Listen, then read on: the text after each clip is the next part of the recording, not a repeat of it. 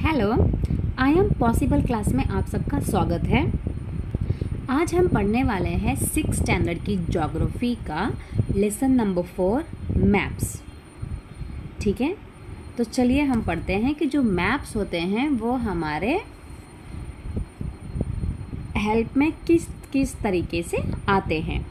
ठीक है, और जिसने भी मेरा लेसन नंबर 3 का प्रीवियस वीडियो नहीं देखा हो तो वो प्लीज़ मेरे डिस्क्रिप्शन बॉक्स में जाके लिंक पे क्लिक करके लेसन नंबर 3 देख सकते हैं। और जिन्होंने अभी तक मेरे चैनल को लाइक, कमेंट एंड शेयर नहीं किया होगा, सब्सक्राइब नहीं किया होगा, तो प्लीज़ आप मेरे चैनल को सब्सक्राइब कर दें। जैसा कि हमने प्रीवियस चैप्टर में पढ़ा था ग्लोब के एडवांटेजेस के बारे में कि जो ग्लोब होता है वो किस तरीके से हमें फ़ायदा पहुंचाता है, किस तरीके से हम ग्लोब को यूज़ कर सकते हैं। तो ग्लोब के हमने बहुत सारे एडवांटेज पढ़े थे, जैसे कि जो ग्लोब होता है वो हमें रोटेशन सीखने में मदद करता है, रेवोल्यूशन सीखने में मदद करता है। ग्लोब के हेल्प से हम लोग लैटिट्यूड को समझ सकते हैं, लॉन्गिट्यूड को समझ सकते हैं, है ना। तो जो ग्लोब है उसके बहुत सारे एडवांटेजेस हैं, बट एडवांटेजेस के साथ साथ उसके बहुत सारे लिमिटेशंस भी है। ठीक है, कोई भी चीज़ होती है तो उसके एडवांटेज और लिमिटेशंस तो होते ही हैं। तो ग्लोब बहुत यूज़फुल होता है जब हमें स्टडी करना हो पूरे अर्थ के बारे में। अगर हमें पूरा होल अर्थ के बारे में स्टडी करना है तो फिर जो ग्लोब है वो बहुत ज़्यादा यूज़फुल होता है। बट हमें किसी पार्ट के बारे में स्टडी करना है, अर्थ के किसी कोने के बारे में पता करना है, तब ग्लोब यूज़फुल नहीं होता। ठीक है, जैसे कि आपने ग्लोब देखा ही होगा, तो ग्लोब में स्पेशली कॉन्टिनेंट के नाम ही होते हैं, ओशंस के नाम होते हैं, राइट, कंट्रीज़ के भी नाम होते हैं, बट कंट्रीज़ के अंदर कितने स्टेट्स है उसका नाम नहीं होता है। तो अगर हमें स्मॉल विलेज के बारे में, टाउन के बारे में पता करना है तो ग्लोब हमारे लिए यूज़फुल नहीं है। तो फिर क्या यूज़फुल होगा? मैप यूज़फुल होगा। ठीक है, तो मैप जो है स्मॉल टाउन और विलेजेस के बारे में पता करने के लिए बहुत ज़्यादा यूज़फुल होगा। तो मैप क्या है? बेसिकली मैप जो है एक रिप्रेजेंटेशन है और एक ड्राइंग है। किसका ड्राइंग है? तो किसी भी एरिया का, किसी भी विलेज का, किसी भी एरिया और विलेज को हम एक फ्लैट सरफेस पे ड्रॉ करते हैं, उसे ही कहा जाता है मैप। जैसे कि आपने मैप देखा ही होगा, तो मैप जो होता है क्या वो राउंड शेप में होता है? नो, राइट, फ्लैट, एक फ्लैट पन्ना होता है, पेज होता है, उसमें ही मैप होता है। यस और नो? ठीक है, तो मैप जो होता है वो क्या होता है? बेसिकली रिप्रेजेंटेशन होता है किसी भी एरिया के बारे में पता करने के लिए, विलेज के बारे में पता करने के लिए एक फ्लैट सरफेस पे, उसे ही क्या कहा जाता है? मैप कहा जाता है। बट आप सोचिए कि कितनी डिफ़िकल्ट काम होगा कि एक राउंड शेप को फ्लैट शेप में लेके आने के लिए। यस और नो? हम लोग ग्लोब में देखते हैं कि पूरा राउंड शेप में हमारा अर्थ है, तो सेम अर्थ जैसा है वैसा ही ग्लोब को भी बनाया गया है। तो उस राउंड शेप में से फ्लैट शेप में किसी एरिया को, किसी विलेज और किसी टाउन को लेके आना कितना डिफ़िकल्ट होगा, राइट। जैसे कि हमने बहुत सारे मैप्स देखे हैं, ठीक है, और जो मैप्स होते हैं वो बहुत ज़्यादा यूज़फुल होते हैं डिफरेंट पर्पस के लिए।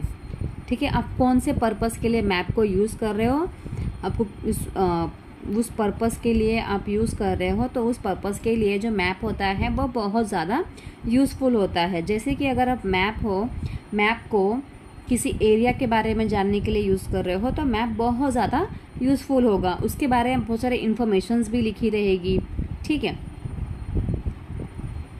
जो मैप्स होते हैं कभी कभी स्मॉल एरियाज बताते हैं और उसके बारे में कुछ फ्यू फैक्ट्स भी बताते हैं कि ये जो एरिया है वो अगर टर्न लेंगे तो ये दुकान आएगी, राइट टर्न लेंगे तो ये दुकान आएगी। तो ये सारा भी मैप जो है वो बताते हैं। ठीक है, कोई जो बुक होती है उसमें बहुत सारे मैप्स के बारे में ही दिया रहता है, ठीक है। तो जब बहुत सारे मैप्स एक साथ में एक बुक में दिया रहता है उसे कहा जाता है एटलास। क्या कहा जाता है? एटलास। अब 6th स्टैंडर्ड के बच्चे हैं तो एटलास की बुक तो आप लोगों को मिली ही होगी। उसमें आपने देखा होगा कि हर एक कंट्री का क्या होता है? मैप होता है। हर एक स्टेट का अलग अलग मैप होता है। एटलास में आपने देखा होगा जम्मू एंड कश्मीर का एक अलग मैप होता है, उसमें गिलगिट कहाँ है, जम्मू एंड कश्मीर कहाँ है, श्रीनगर कहाँ है, सब कुछ A to Z लिखा रहता है, ठीक है। दादरा एंड अगर हम जैसे कि मैं जो हूँ, मैं सिलवास की हूँ, दादरा नगर हवेली की हूँ, तो उसके भी क्या रहता है? मैप रहता है। एटलास जो होते हैं वो वेरियस साइज़ के होते हैं, मेज़रमेंट के होते हैं और डिफरेंट स्केल्स के होते हैं, ठीक है। स्केल के होते हैं, अगर बड़ा एरिया है तो फिर वो लोग बड़े बड़े स्केल्स यूज़ करते हैं, छोटा एरिया है तो स्मॉल स्केल यूज़ करते हैं। तो डिफरेंट स्केल्स के क्या होते हैं? मैप्स होते हैं। और जो मैप होते हैं वो बहुत सारे इन्फॉर्मेशन हमें प्रोवाइड करते हैं as compared to globe. Globe से आपको इतना बोल देगा कि भाई ये है इंडिया। अब ये इंडिया है, बट इंडिया के अंदर कितने स्टेट्स हैं, कितने विलेजेस हैं, कितने टाउन हैं, ये सब आपको इन्फॉर्मेशन ग्लोब से नहीं मिलेगी। ये सारी इन्फॉर्मेशन आपको मैप से मिलेगी, ठीक है। तो एज़ कम्पेयर टू ग्लोब जो मैप होता है वो ज़्यादा यूज़फुल होता है। और जो मैप्स होते हैं वो डिफरेंट टाइप्स के भी होते हैं। फॉर एग्जांपल फिजिकल मैप होता है, पॉलिटिकल मैप होता है। पता ही होगा आप लोगों को फिजिकल मैप क्या होता है और कैसा होता है। आइए पढ़ते हैं कि फिजिकल मैप क्या होता है। तो फिजिकल मैप जो होता है वो हमें नेचुरल फीचर्स दिखाते हैं। अर्थ के जितने भी नेचुरल फीचर्स हैं, मतलब अर्थ के ऊपर जो भी नेचुरली बना हुआ है, जैसे कि माउंटेन बना हुआ है, प्लेटू बनाया है, प्लेन्स, रिवर्स, ओशंस, क्या ये सारी चीज़ें आपने बनाई हैं? नो, ये सारी चीज़ें नेचुरली ही हमारे अर्थ पे हुई हैं, राइट। तो उसे ही क्या कहा जाता है? Physical map. इसमें आपको सब कुछ फाइंड आउट करना पड़ता है कि रिवर कहाँ पर है, गंगा रिवर कहाँ है, कावेरी, नर्मदा, ये सारी रिवर्स कहाँ पर है, ये सब आपको फाइंड आउट करना होता है। उसको बोलते हैं फिजिकल मैप और रिलीफ मैप, ठीक है। और दिखता कैसा है फिजिकल मैप? आइए देखते हैं। तो जैसा कि आप यहाँ पे देख सकते हैं, ये है फिजिकल मैप। देखिए यहाँ पे आपको बहुत सारे मतलब माउंटेन्स के बारे में दिया हुआ है। Great Himalayan mountain, Shivalik mountain, यहाँ पे डेजर्ट दिया है, great Indian desert, Vindhya range, Satpura range, Deccan plateau, western Ghat, eastern Ghat, everything is given, right. तो उसे ही कहा जाता है फिजिकल मैप। जो क्या कर रहा है, आपको क्या कर रहा है? वो जो मैप होता है फिजिकल मैप, वो नेचुरल फीचर्स बताता है अर्थ का, ठीक है। कहाँ पे माउंटेन है, कहाँ पे रिवर है, कहाँ पर डेजर्ट है, कहाँ पर प्लेन्स एरियाज है, कहाँ पर घाट्स है, ओके। तो इसी को कहा जाता है फिजिकल मैप। और ये जो होता है ये होता है पॉलिटिकल मैप। आपके टेक्स्ट बुक में ही दिया हुआ है, पेज नंबर 49 पे आप देख सकते हैं, ठीक है। तो जो पॉलिटिकल मैप जो होता है वो हमें स्टेट की बाउंड्रीज बताता है। तो जो हमें स्टेट की बाउंड्रीज बताता है, जैसे कि देखो गुजरात, महाराष्ट्र, मध्य प्रदेश, कर्नाटका, तमिलनाडु, केरला, ये जो हम लोग को बाउंड्रीज बता रहा है कि कहाँ से लेकर कहाँ तक गुजरात है, कहाँ से लेकर कहाँ तक महाराष्ट्र है, उसको बोलते हैं हम लोग पॉलिटिकल मैप। क्या बोलते हैं? Political map. तो आई होप आपको समझ में आ गया होगा। देखो पॉलिटिकल मैप क्या होता है? जो हमें क्या दिखाता है? सिटीज, टाउन एंड विलेजेस के, कंट्रीज के, स्टेट्स के बाउंड्रीज को बताता है, राइट। मैंने यही बोला आपको। तो हमें क्या करता है? ये डिफरेंट स्टेट्स, विलेज, टाउन के बाउंड्रीज को दिखाता है, उसे कहा जाता है पॉलिटिकल मैप।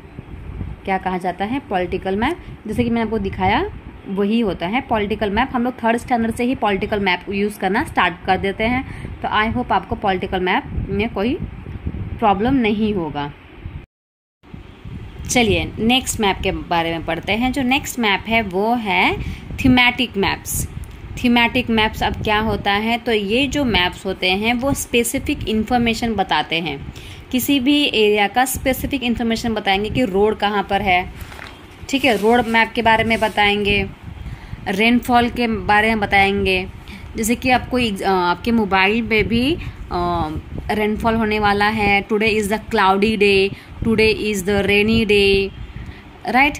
तो ये जो इन्फॉर्मेशन बताते हैं उसको बोलते हैं थीमेटिक मैप, जो एक स्पेशल इन्फॉर्मेशन प्रोवाइड करता है रोड के बारे में, रेनफॉल के बारे में, फॉरेस्ट के बारे में, इंडस्ट्री के बारे में। इसे ही कहा जाता है थीमेटिक मैप, ठीक है।